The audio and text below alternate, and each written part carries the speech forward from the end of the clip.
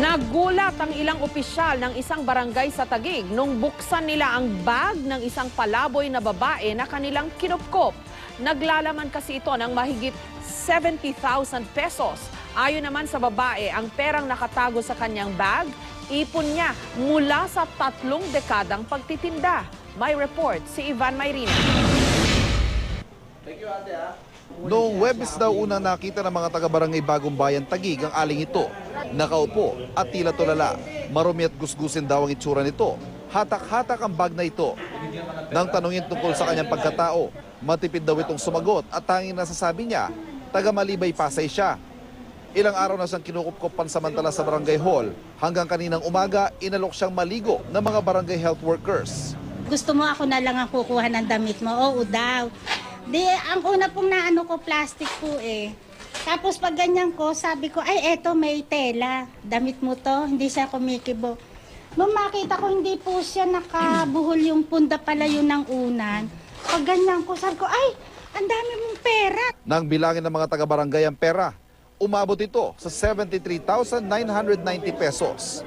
Bungkos ng tig-20 ang karamihan sa pera, pero marami din ang buong 1,000 piso. Ang sabi ng babae, ang kanyang dalang pera, ipon daw niya sa mahigit 3 dekada umanong pagtitinda. Paano ho umabot ng ganong kalaki yan? Nasa 70,000 na yata halos yung halaga niya. 10,000 na po. Ha? Naipon-ipon lang po yan eh. Naipon nyo lang? Gano'ng katagal? Ano, 1978. 1978? Hanggang ngayon. Ngayon ko lang biniak. Opo. Sa pagtitinda-tinda ninyo? No, po. Ano yung balak ninyong bilhin? Bakit nyo biniyak? Ano po, yung... Ano, ilagay ko po yan sa sa maganda pong kamay. Sa barangay ID na nakuha sa babae, nakasaad na 54 na taong gulang siya at taga-Malibay Pasay. Kinausap namin ng babae, anya isang nagngangalang Gina raw ang nagsama sa kanya papunta sa Taguig. Pero hindi naman malinaw kung kaano-ano niya si Gina at kung may kamag-anak pa siyang pwedeng ipanawagan. Ngayon ho, anong balak ninyo? May mga kamag-anak ko ba kayo? Na gusto nyong manawagan? Sa ano, Nasaan wala po? na sila po. Sa Pasay, yung sa Pasay. Wala na po sila doon. Wala na kayong kamag-anak sa Pasay? Sa probinsya, meron? Wala po. Wala na. Akala ko may kapatid kayo. Patay na po.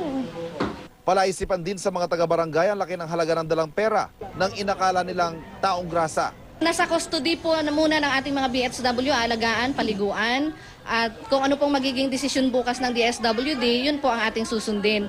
At yung pera naman po ay sabi dito, nandito naman po sa barangay, pa safekeeping po natin sa ating treasurer office.